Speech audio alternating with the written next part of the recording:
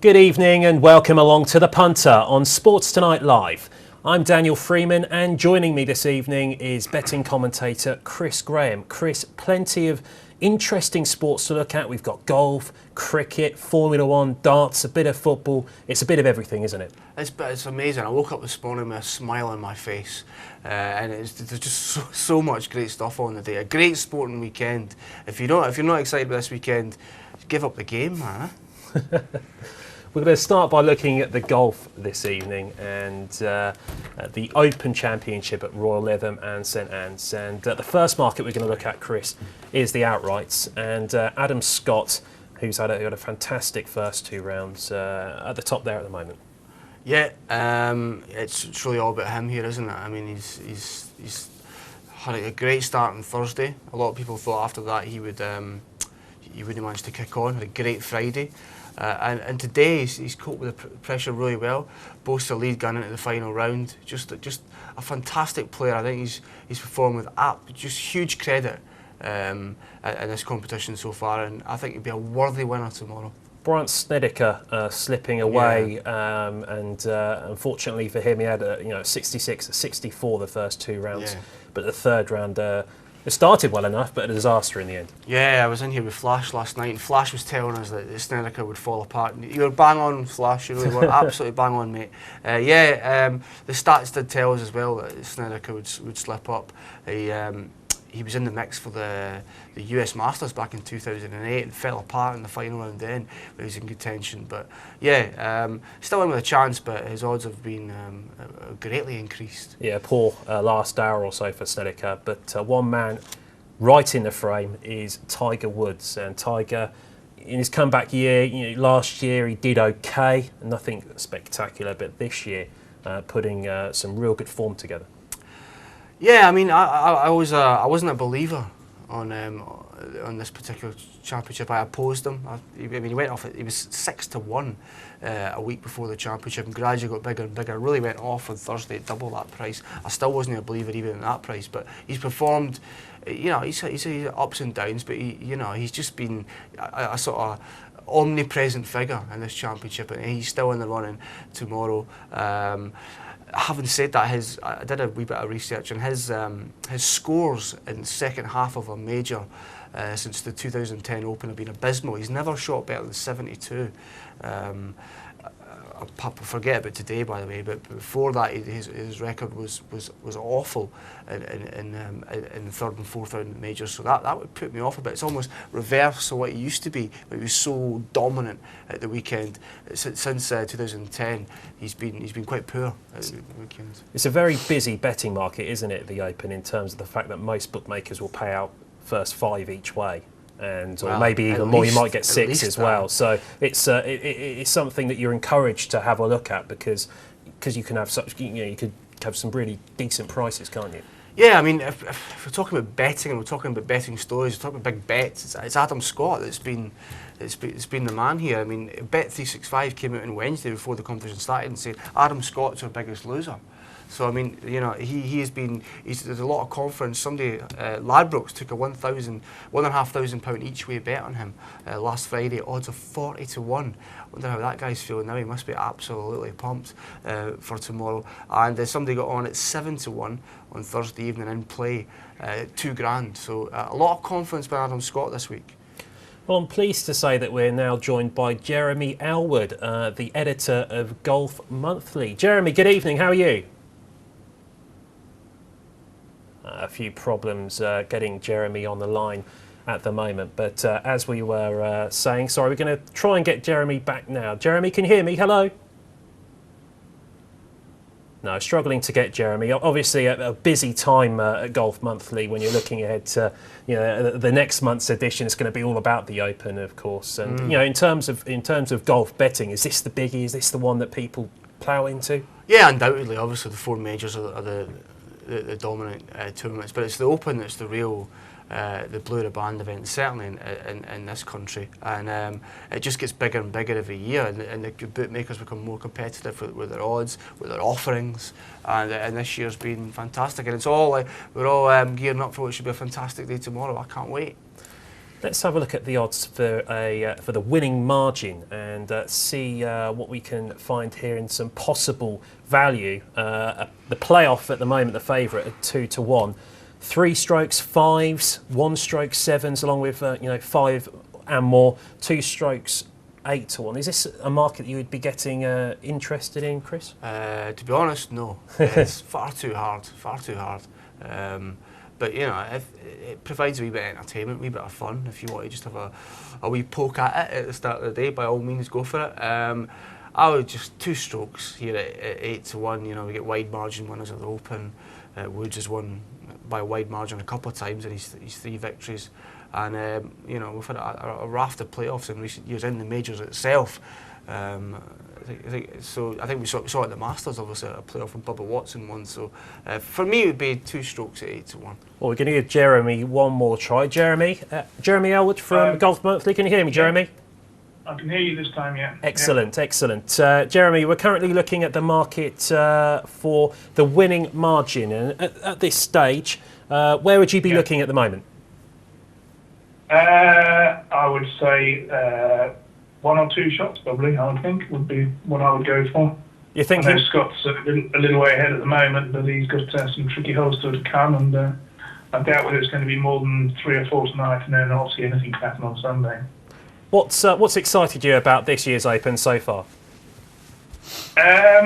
Well, the performance of Graham McDowell, given that I tipped him beforehand, so that's always nice to have to pick someone out and they deliver. A lot of things. I mean, it's obviously great to see Tiger performing as Tiger can. A few young names coming through, a few old names hanging in there. And some expected players to do well who again haven't really delivered in the Open, players like Donald and Westwood. But overall, I'd say that, the performance of McDowell has most impressed me so far. Jeremy, the market we're looking at the moment is the winning margin, and I can tell you that 2 strokes would be around about 8, 1 stroke 7-1. If you're a betting man, would that be something you'd be interested in? Yeah, is that correct? Both those are 7 or 8-1. I mean, I have a little bit of money on both, I think, and cover yourselves. Well, it's certainly been a championship so far that has sprung a surprise or 2, as we were saying. Adam Scott is from a betting point of view, Chris. Mm-hmm. Yeah, Scott, I think he was generally like 40, 50-1. I think he's a good consistent top 20 player. Never managed to win a major yet, and I think he's one of those players that you've got a list of players really who should have won majors and deserve to win majors. You talk about Westwood, talk about Donald. I would put Scott in that bracket. He's a player who's had a fantastic, decent career, and I think he deserves to have won a major, and it may be tomorrow. The market we're going to check out next is whether there's going to be a playoff or not. And it's not incredibly tight at this stage at the moment, but you never know, last day nerves and all that for Adam Scott. I can tell you that yes is around about the 2-1 mark. Jeremy, what would you make of that? I would think that would be about right. I know Scott's 4 clear at the moment, but as you've seen with Snedeker today, if you just get on the wrong train, on the bogey train for a while, 4-shot lead can disappear fairly rapidly. I know Snedeker wasn't leading, but him and Scott were clear of the field, weren't they? And Snedeker's right back in the pack now. Could easily happen to Scott if he just gets off to a duff start tomorrow. I'd say that was about right as well, I would think. What do you make of the form of Tiger Woods at this year's Open, Jeremy? Would you be banking on him having a good last day? Well, I'm sure he won't go dramatically backwards, but it's been interesting watching him today, sticking with that iron strategy pretty much the whole way off the tee and leaving himself some pretty lengthy second shots into some of those tough par 4s. And I think it was on the 11th hole, the difference between his strategy and Adam Scott's, where Scott, all but made eagle and Tiger scratching around for a par. You just feel as though continuing to leave yourself such long approaches is going to make it very hard to really go forwards through the field tomorrow. We're going to check out next the top British and Irish player at the Open, and you wouldn't be surprised to see Graham McDowell at the top of the market at the moment at 3-1 on, and rightly so, Jeremy. 3-1 on? Yes. Yeah, well, I mean, he's 5 clear, isn't he, of Paul Lawrie? So I would think that was about right. He looks like, more than anything else, he looks like he's the man that's enjoying it. I know Saturday afternoon is very different to Sunday afternoon, but he seems to be in the right frame of mind at the moment. And sometimes when you're in the right frame of mind, you play your best golf, don't you? Some bigger prices there, Chris, for Lee Westwood, Padraig Harrington, 7-1. You're looking as if to say this isn't the sort of market that you might not be interested in as a professional punter. It wouldn't float my boat, but if I was going to have a bet, Paul Lawrie. You know, he's born in the greatest country in the world. No, he was, and he's a great. You know, you think back to 1999 where he came from out the clouds in that last round to win at Carnoustie or Carnasty back in 1999. So Lawrie for me, he's been in great form. Not a great day today, but you know, I wouldn't be shocked if he had a fantastic Sunday. And just Jeremy, finally, in terms of the weather, it's been a pretty decent weekend, hasn't it? We didn't see that one coming, did we? Well, when we got up there on Monday, it was all doom and gloom, and it was going to be the wettest Open in living memory. And then on, I think it was Monday or Tuesday night, the forecast changed, and pretty much what they changed it to was what's transpired, although I believe the wind is supposed to get up tomorrow. But thus far, in terms of the playing conditions of the course, it couldn't be easier, and the fact that only 15 or 16 players, whatever it is, are under par is testament to the strength of the test, I think. Well, Jeremy Elwood, the editor of Golf Monthly, thank you for your time this evening on The Punter. Chris, the weather conditions we thought would play a massive part. They quite haven't done what we thought they would. Yeah, I think that's probably, for me, the main thing I've taken away for the championship so far, the benign weather and the low scores. I think we're all expecting horrible weather and really high scorecards, but it hasn't really worked out like that. That's been great. That's what made it exciting for me. Some really low scores. Obviously, we saw Snedeker equal the 36-hole record of Nick Faldo's. So yeah, low scores, and let's hope that continues tomorrow. But like Jeremy says, the wind is forecast to come up. But what do the weathermen know, really? Well, thanks for your time for now, Chris. That's the end of part one. In part two, we're going to be looking at the odds for the cricket. The first test at the Oval as England take on South Africa.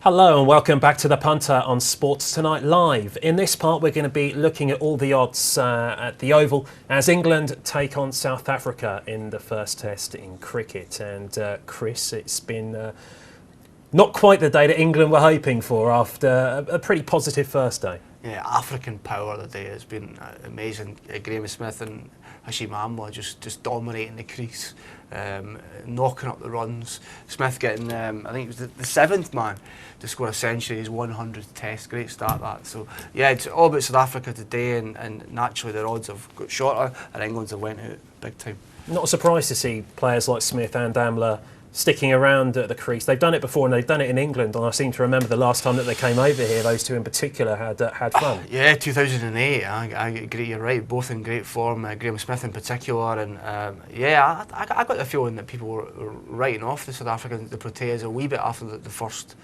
day, but they ain't anymore, and yeah, it's nicely set up for the last 2 days, isn't it?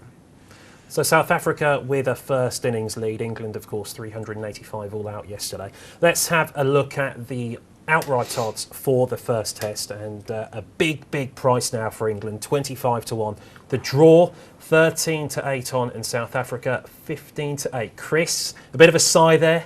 What's intrigued you? Just the odds. I just love odds, Dan, and how much they've changed here in England. You know, I think. I did the show last night. This time they were about 5-2, 3-1, out to 25-1 now. South Africa right back in here, 15-8 from as big as 9-1 at some point yesterday. But you're right, the draw was backed in. My colleague Nigel, the bet butler Seeley, was hammering us saying back the draw, and it was well backed in the lead up to the test. Now it's looking very tasty, 8-13. Remember, the winner of this test will be the #1 test team in the world, and because it's only a 3-match test series, it means getting off to a start is all the more important, doesn't it? Yeah, it's a scandal that it's only 3 tests, isn't it? 2 fantastic sides. This would be a worthy 5 or even 6 test series. So it's a real disgrace that, you know, it's finishing after just 3 tests. But you're right, it's a crucial encounter here at the Oval, and at the moment, you know, it's looking like a draw, but South Africa, if they can post a huge innings and then England collapse, and then then it's really going to spice up, isn't it? Huh? We're going to look at the odds for the series now, and as to who's going to win this. England 15-8, South Africa 6-4, the draw 2-1. Chris, is there some value in those prices? Well, I mean, they've changed dramatically as well. South Africa were 7-2 at the start of this week. I did think that was big. Like I said, I did say that in Monday's show. I thought 7-2 was big. This is a South African side who've never lost on the road since 2006. Their Test record is phenomenal. They're a great side, and I felt they were underrated at the odds at 7-2, and no surprise to see them a lot shorter now. The value's probably gone, in all honesty. Let's not forget that England have got to the #1 Test team in the world for all the right reasons, and they've been in situations like this in the past, and who would you wouldn't back against them not getting out of this hole, and that price of 15-8 looks pretty good. You're right, actually. I actually think England are pretty much. I'm really surprised that South Africa will overtake them and become favourites in this market after they were such, hugely apart at the start of the week. But you're right, England boast a fantastic home record, and for me now, the value, if you want to call it value, has swung into England at 15-8. And of course, South Africa dealt the blow before the series started with Mark Boucher not making it, and he was a big player for them. Obviously, a quality wicketkeeper, but also a good batsman as well. Yeah, I had read a great story earlier in the week that he was the king of sledging as well, Mark Boucher, wasn't he? And he passed on some notes to AB de Villiers, things to say to the batsman. I think Peterson had like 3 pages worth of abuse, which I would definitely endorse. And the top batsman odds we're going to have a quick look at now, because talking about batsmen, of course, Mark Boucher not around. Hashim Amla, after his massive score today, into evens favourites. AB de Villiers, 3-1. Alistair Cook, of course, that big score in England's first innings, along with Jonathan Trott. Him and Smith at 4s. You've got Ian Bell at 5-1. Who's had a really good summer before. Jacques Kallis at 7s, along with Kevin Peterson, who I'm sure would like nothing better than to score all of the runs for England to win this series. He would. He did okay in the first innings, but yeah, if I was having a bet in this particular market, Alistair Cook, it's not the most sexy or rock and roll or interesting when he's at the crease, but by God, it's effective, and we saw that on Thursday. And he's just a consistent Jeffrey Boycott type player. Not many fireworks, but he racks up those runs. Hopefully we've got a cricket pundit on the line now. Will Atkins from Short Mid-Wicket Blogger. Will, can you hear me? Hello. Hello, Will. How are you? I'm very well, thanks. Yes. Excellent. How are you enjoying the Test match so far? Not going so well as an England fan. It's not going so well the first couple of days, but today's been a tough one to sit and watch South Africa pile up hundreds of runs today. And they haven't had it all their way, like you say, but they're #1 in the world for a reason. It's because they've come back from situations like this in the past, isn't it? Yeah, the hopes, I guess, that for England is that they've got 2 days left now, and South Africa are ahead in the game, and there's a lot of wickets at hand. So South Africa really pushes for the win, and it'd be interesting to see, because England haven't been in this situation very much over the last couple of years. I'm interested to see how they can recover from kind of a losing situation, whether they have that maybe mental strength to just kind of hold firm and maybe deny South Africa the victory. So that'd be interesting to see, and as you say, they're #1 in the world, so you've got to hope that they can do that. Well, we're currently looking at the top batsman odds for the series, and Hashim Amla, as you'd expect after today's mammoth score, the evens favourite. Would you say that's about right? It would be, to be honest, because he's well ahead, and he's a class batsman. He came over here 4 years ago and maybe wasn't quite the finished article, and England were getting him out. Not some fun, but he was certainly a lot easier to get him out, and well, as has been seen today, it's certainly a much tougher ask 4 years on, and the way he scored runs today certainly indicates that he can score quite a few more runs over the next couple of tests. Alistair Cook, the top Englishman at the moment at the 3s, and Jonathan Trott 4s. As a bit of a guy like Sabed as well, would you fancy either of those two? Well, Cook has scored 100, Trott has scored quite a few runs in the first knock as well, so they've got to be up there. And they're two-class batsmen as well, as we've seen over the last few years for England. And the thing about those two, as we've seen with Amla, is they just get their heads down and they just solidly accumulate runs. You look at somebody like Kevin Peterson, maybe a little bit more hit and miss, because if you're looking to score quickly, whereas Cook and Trot will really just grind it out, and that could be, well, if you're going to put a bet on it, you wouldn't go far wrong with either of those three, I suppose. Okay, well, we're going to look at top bowler now, and Chris, is there a name bowler in this field where you'd say, yeah, that's where my money's going to be?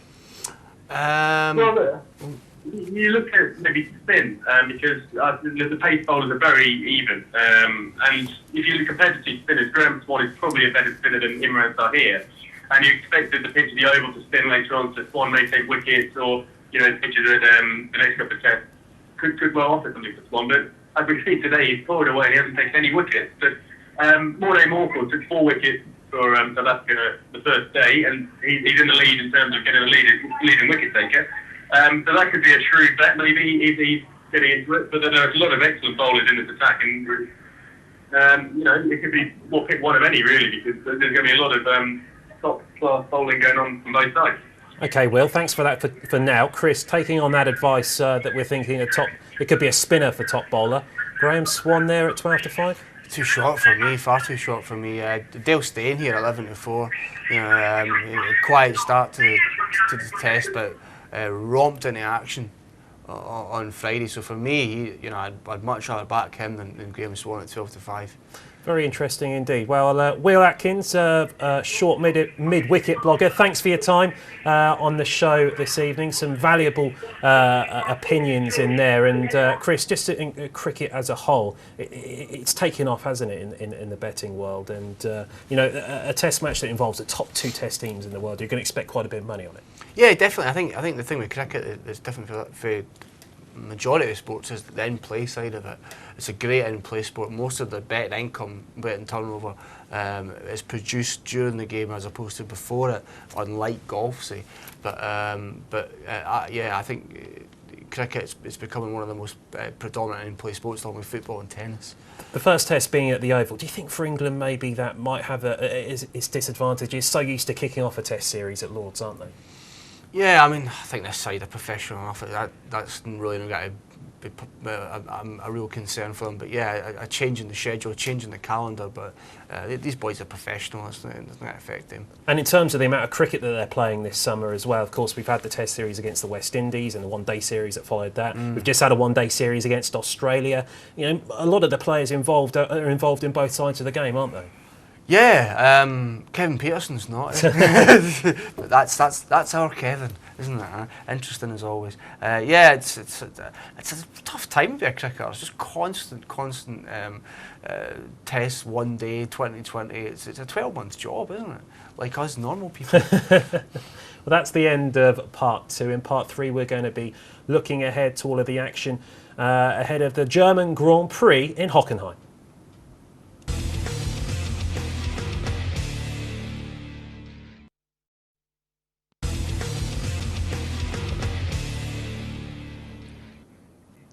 Good evening and welcome back to the Punter here on Sports Tonight Live. In this part, we're going to be looking ahead to the German Grand Prix tomorrow in Hockenheim. And Chris, it's been a thrilling season so far. For the start, we went every race a different winner, but certainly in terms of involvement, betting-wise, it's been certainly a bigger year, hasn't it? Yeah, it has been. I when I was a teenager, I loved watching Formula 1 and Damon Hill taking Michael Schumacher. Then I completely fell out of love with the sport under the Schumacher dominance. But boy, it's been exciting this year. I've had to eat a lot of humble pie. It's been really exciting this year. I've got back into it and it's been great. Yeah. For the second race running, Fernando Alonso has qualified as quickest in his Ferrari, and going into tomorrow's race, he is the favourite. And Chris, not too much of a surprise there. Well, you say that, but he was 8 to 1 to be on pole. Those odds last night, and some of us managed to tip that up last night on last night's show.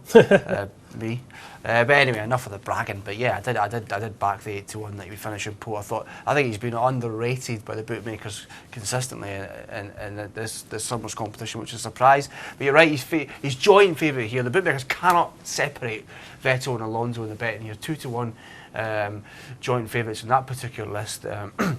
So really exciting. I would go with Alonso, who for me, I just think he's just so focused and he's so driven just now. Pardon the pun. I can see him getting the job done, and I've got two fantastic stats about Sebastian Vettel. You fancy backing him? One is he's never won his home German Grand Prix before, which is quite interesting. But the best one by miles is the fact that he's never won in the month of July, despite being double world champion. He's never won in July, which is extraordinary. He's obviously not a summer man, is Art Sebastian. Interestingly, you see Mark Webber there around about 14-1. That's after, despite finishing third fastest in qualifying, he's been demoted 5 places down to 8th. So 16-1 in fact, Mark Webber. And the two McLarens of Lewis Hamilton and Jenson Button above him in the betting at the moment. Button will start 6th and Hamilton 7th. Yeah, a bit gutting for Mark Webber. Obviously coming off that fantastic win at Silverstone 2 weeks ago, feeling a huge confidence. Red Bull looking good. Qualifies in 3rd place, thinks I'm having a chance here, but then demoted to 8th. It's a bit of a kick in the teeth as he takes to the grid tomorrow. But yeah, Hamilton, Button, still loads of questions for me with this McLaren car. Lots of question marks there, and I wouldn't have been massively confident put my money on those guys. No, you could see a load of money going on this race simply because it's rained today and people presume it's going to rain tomorrow. Well, in fact, it's going to be sunny in Germany tomorrow. Will that affect the market at all? Yeah, I mean, you're looking for drivers who excel in the dry conditions, and I guess Lewis Hamilton is a good example of that. If his McLaren car, still lots of questions, like I say, but if the significant upgrades that they've been talking about really kick in tomorrow and the car shows real improvement, and then maybe he's a shout here. Well, Alonso in the Ferrari, and you've got Red Bull's Sebastian Vettel and Mark Webber having a look at the winning car, seeing which construction will win the race. You'd think then maybe Ferrari would be the pick here, Chris, but not, you'd think. Yeah, I mean, Red Bull, the advantage that they have over Ferrari is that they've got 2 good drivers. They've got Webber and Vettel. With Ferrari, I mean, Felipe Massa's just been poor all season. Poor Fernando's to carry him throughout the whole of the season, and that's why they're 2-1. I'm sticking with Alonso. How can I desert Alonso? He's never let me down whenever I've taken it to the stage here at Sports Tonight Live and tipped him up. It's always come in. So I'll stick in with Ferrari here at 2-1. That will do as a winning bet, but maybe McLaren with Button and Hamilton at 6s, is that a bit too generous, or do you think with the way they are on the grid it's fair enough? It's either blind in value or an appalling bet. I'm stating the obvious, and I apologise for that, but it really depends on the car. If these upgrades really have really kick in tomorrow and power the car to a fantastic display, then obviously that 6-1 looks pretty big, but you're putting your faith in something which has been brittle in the last Grand Prix and the one before that. Let's check out the odds for the championship market now to win the Drivers' Championship. And of course, Sebastian Vettel going for a 3rd successive title is 9-4 favourite. That's because Fernando Alonso is some way clear, 13 points at the moment at the top of the Drivers' World Championship. He's the 7-4 favourite. Then you've got Lewis Hamilton, who's on 92 points. He's at 6-1. And Mark Webber, in form at the moment, 7-1. He is 2nd at the moment in the Drivers' Championship on 116 points. Yeah, I do like Alonso. I mean, but I like backing him when he's underrated. When he's like 8-1 to finish pole yesterday. He was 5-1 to win this race yesterday. He's not that anymore. So I'm always looking for a bigger price at Formula 1 because I'm not really an expert, so I'm looking for something a bit bigger. For me, Mark Webber is just consistently, a bigger price than he should be. He's not a very sexy driver, Mark Webber. He's not got this rock and roll imagery, girls strewn around him and stuff like that. He lives in Buckinghamshire. Yeah, that's the kind of guy he is. He's a down to earth guy. He takes his dogs out for a walk and stuff like that. So for me, Mark Webber at 7-1. Consistently good. Fernando Alonso, of course, he's been there before. He's won world titles, albeit in a different car. At this stage in the season, we're getting towards the halfway point. Should experience see him through? I think that's a very good point. I think the guy's got bundles of experience. I think he's mentally tough. he's proven that. I wouldn't say he's a very nice guy in real life, but boy, he's a real competitor.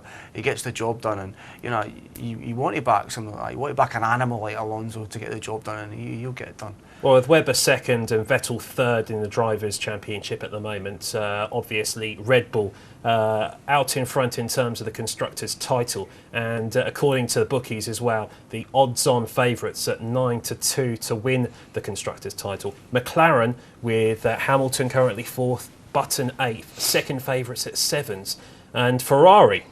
Fernando Alonso out there in the lead at the moment, but as we said earlier, his teammate Felipe Massa not doing his share of the work. No, he's been a real pain to Fernando. He said, "Come on, Felipe, help me out here. We're 16-1." That's the kind of attitude I have. No, this market looks dead pretty much. But if you gotta have a bet in it, the only way you got to bet is surely with the Ferrari at 16-1. Felipe to get his finger out at last, help Fernando along, and you know they're not too far behind Red Bull at the moment. In second place, they're ahead of McLaren, 16-1. You know, come on, Felipe, we're back to 16-1 here. Well, as you say, regularly in the opening weeks of the season, I mean, Jenson Button won the first Grand Prix. Lewis Hamilton finished on the podium places, but for some reason it's sort of gone wrong, and you've seen them slip away because they looked like for a while they were going to walk away with the Constructors' title.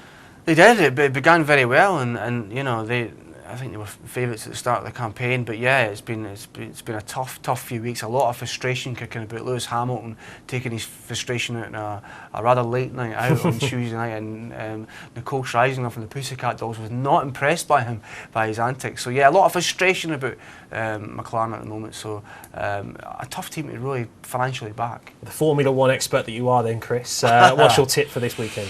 I've got to go with my man, Fernando Alonso. You know, I tipped him at 8-1 to take pole last night. I tipped him at 5-1 to win the race last night. He's nowhere near that price now. So for me, I've got to stick with Nando.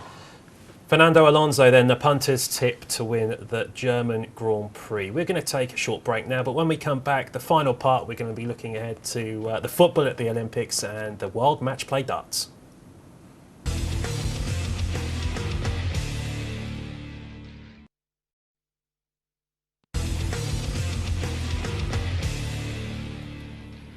Hello and welcome back to the Punter here on Sports Tonight Live. Plenty to get through in this final part, and we're going to start with the darts, the World Match Play Darts in Blackpool, underway this weekend.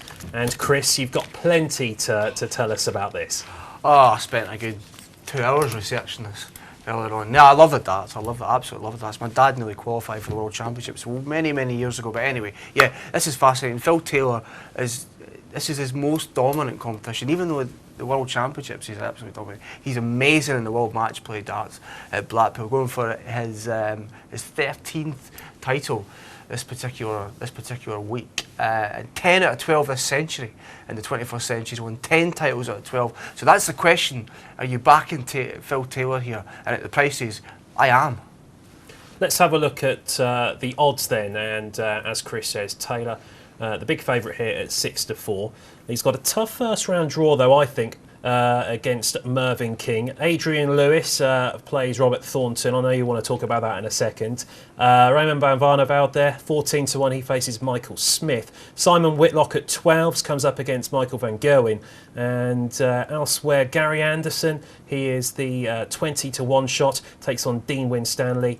And James Wade is up against Richie Burnett, Chris. And there's some big prices to be had here if you fancy opposing Taylor. Yeah, it's a great tournament, and you know, like the conundrum always with darts is, you know, are you for Taylor, are you against Taylor? If you're against Taylor, there's plenty of people here that can challenge him. James Wade, for example, has got a great record in this tournament. I think he's been 4 of the last 6 finals. He's got a shout. Dave Chisnell as well has had a great year. He's the only player on the tour who boasts a better head-to-head record with Phil Taylor. He's won more against Phil Taylor than he's lost. He's the only player on the tour who boasts that fantastic record. So there's lots of players in here. The world champion Adrian Lewis in here, not one I fancy at all. But yeah, it's a nice tournament. Man. Not one you fancy at all, and you've got an interesting side bet in this, haven't you, with Robert Thornton? Yeah, coming up in about an hour's time, I think, on television. Robert Thornton is up against Adrian Lewis. Now I like Thornton here at 5-2. I really do. He's about 5-2. Thornton's just won the UK Open, which is one of the majors in darts. He beat Phil Taylor in the final. His confidence must be at an all-time high, the Scot. He'll absolutely jumping. Adrian Lewis just seems to turn it on in December. If poor UK Open, he didn't qualify for the semi-finals in the Premier League. He's a player that really gets excited at Christmas during the World Championship. He's won that twice, of course. So for me, I'd be opposing Adrian Lewis here and getting on Robert Thornton at a tasty 5-2. The sport of darts thriving on the amount of TV exposure that it gets nowadays, and also the amount of money that's betted on it, Chris, because we've got big bookies also involved in darts in terms of sponsorship. Yeah, it's a huge sport, Dan. It's a really huge sport. I mean, I worked for Sporting Bet for 6 years, big European company, Sporting Bet, and even the Europeans are lapping up darts. It's a great in-play sport as well. So it can hold its own against like snooker and cricket without any doubt. Big sport, darts, and this will be a punting feast over the next week and a bit at Blackpool.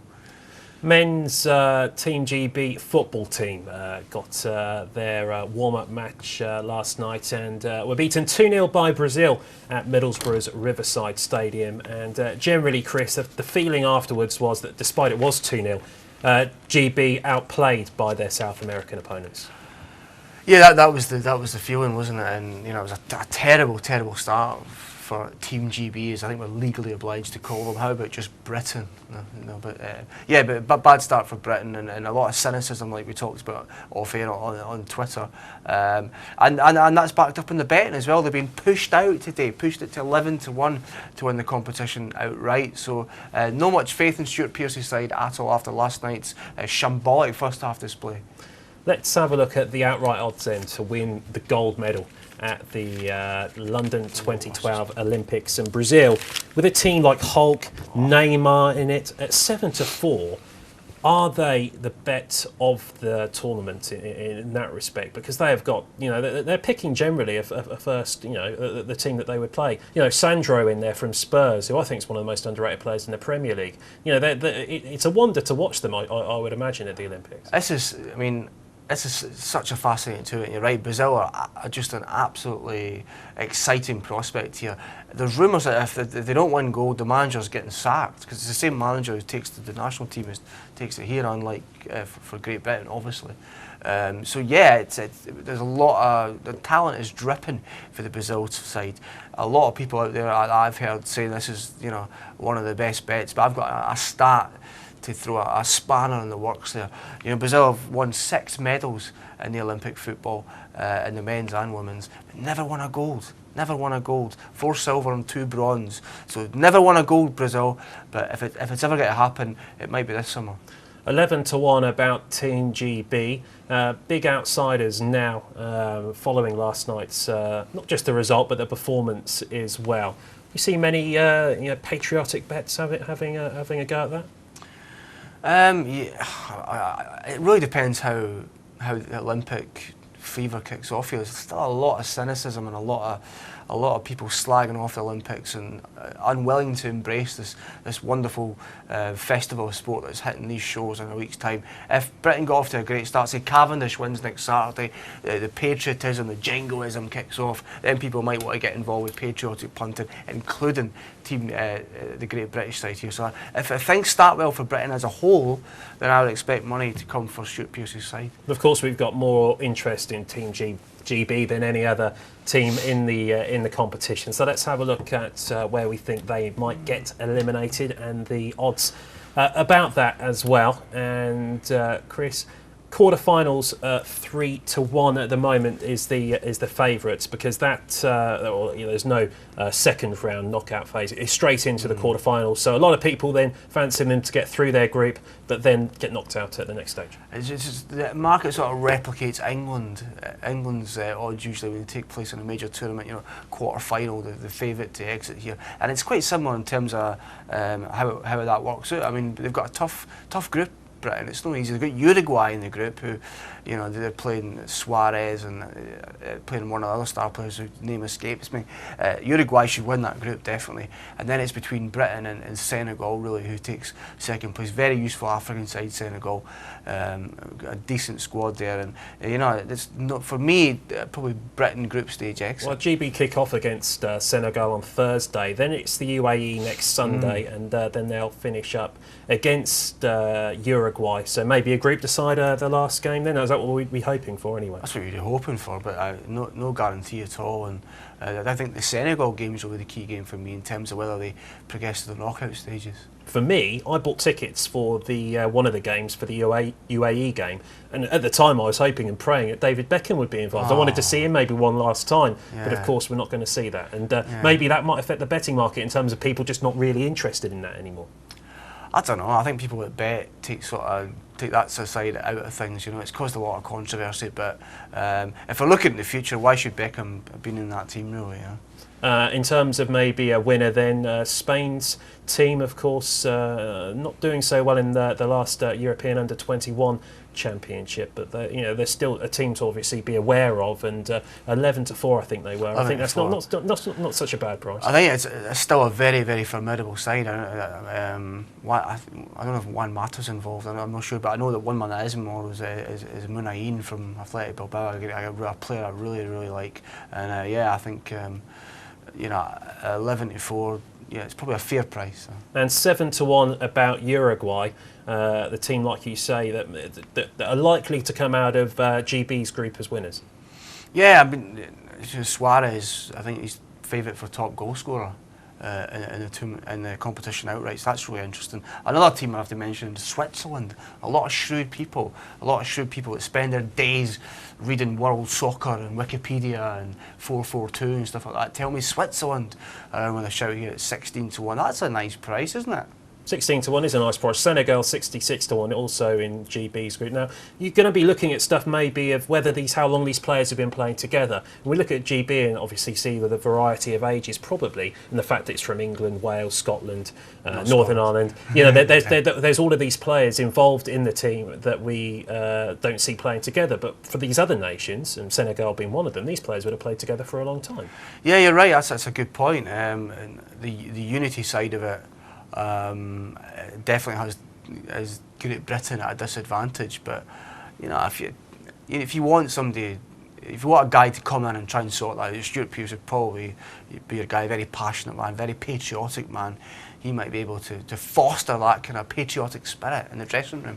It's funny you should mention Stuart Pearce, because next we're going to look at Nottingham Forest, and of course Stuart Pearce spending a long time with them, was once manager as a player manager. Big news at Forest this week, of course, Sean O'Driscoll being named the new boss by the Middle East owners, taking over from Steve Cottrell. And it's one that the players seem to get involved with, Chris. As a coach under Cottrell, they obviously know what he's all about, and the fact that he managed at Doncaster for so many years on a bit of a shoestring, he comes into this job as a good choice, according to the players and the fans. A good solid choice, very surprising choice for me, definitely. I expected, these guys have taken over at Nottingham Forest, you get the impression I've got massive egos along with massive wallets. And I was expecting some sort of marquee name, Roy Keane or Gianluca Vialli or something like that. Something like that. But they've brought in a solid guy in Sean O'Driscoll, which is a good, I think, a good appointment. But he's got a big job in his hands. Well, they've reportedly £20 million in the kitty to spend. If you're going to look for someone who's going to spend it wisely, I mean, you're going to look at someone like Roy Keane and see what he's done with money before at Ipswich and Sunderland, and you think, no way, you're never having any money to spend again. Yeah. But Sean O'Driscoll never really had much money to spend, probably hoping that with that £20 million, he's going to get some decent players. Yeah, well, you think so. There's no guarantee, though, to sign the right guys. And I must bring up a price. We talked about this earlier on Twitter, Dan. We've got to throw it to the viewers, whether they agree with me or whether they agree with Dan. I saw a price today that made me shiver inside.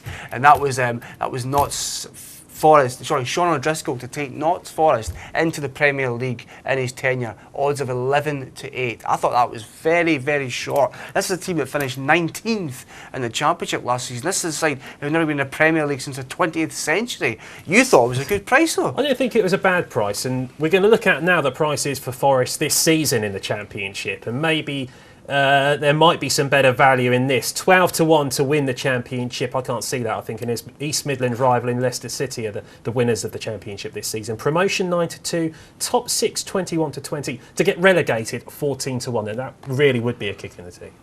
Yeah, top 6, nearly even money. No thanks. This is, again, you know, a team that finished 19th last season. Very, very competitive, tough league. Really strong division, as always, the Championship. They have to improve, to improve 13 places. Like, they have to improve 2 stone in horse racing parlance. And for me, I just couldn't get involved at 21-20, or for them to get promoted. I'd fancy O'Driscoll to get Forest into the Premier League at some stage. Whether or not it's this season, I'm not too sure. Chris, just before we go, can you give me your bet of the weekend? We've got the Open finishing tomorrow. We've got Formula 1. What do you fancy? I've got to go on the one tonight. Robert Thornton, the Scot Robert Thornton, to dethrone the world champion Adrian Lewis at 5-2 at Blackpool tonight. Okay, well, thanks for your time this week, Chris. Next up, Don McGuinness is here with Ryan Ricketts and John Cross. That's it from the Punter on Sports Tonight Live.